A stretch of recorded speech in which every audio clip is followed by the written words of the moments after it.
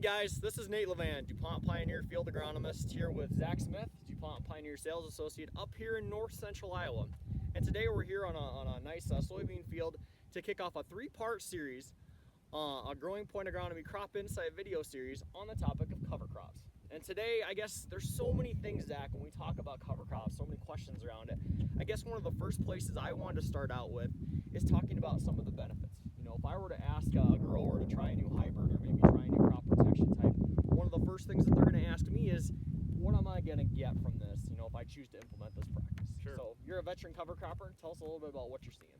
So to give you a little background information, I've been a cover cropper for I think about 3 or 4 seasons. I think this is my 4th season now. The first year was by accident, the prevent plant year. We got introduced to it not by choice, but saw some initial benefits there that we really liked, and now we've implemented them into the entire operation where we're using them on all of our acres. So the 3 things that I look at, the biggest benefits I would say on my farm are number 1, increasing water infiltration. Okay. So when we get a heavy rainfall event, I want the water to go into my farm and not run off.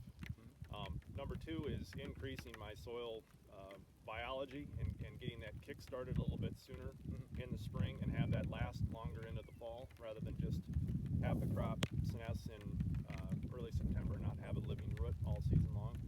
And the third thing is to keep our family's investment where we want it. Keep the soil on the farm and then keep the expensive nutrients that I apply to these farms on my farm so that they're available for the next year. Sure. Those would be my probably top 3 reasons why I'm doing this. Yeah, those are all great reasons. I know one of the things that there's so many things in the press, you know, with keeping nitrates where they're supposed to be.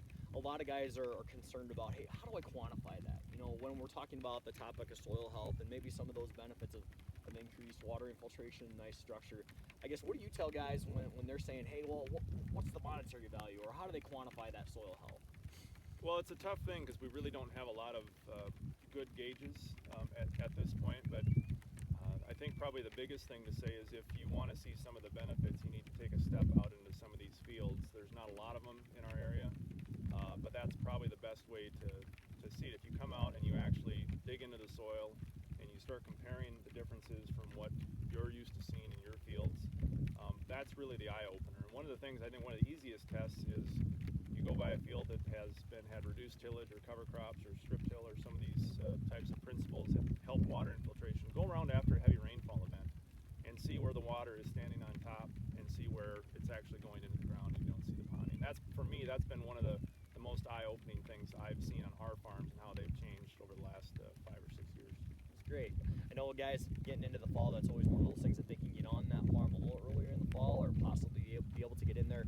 A big worry has always been, hey, compared to my conventional till guys, I've always need to dry that out. So it is nice to see. We got some nice examples up here. We'll come and look at them. But some of the benefits that we're seeing here on cover crops, and Zach, you know, thank you for giving us some of that insight.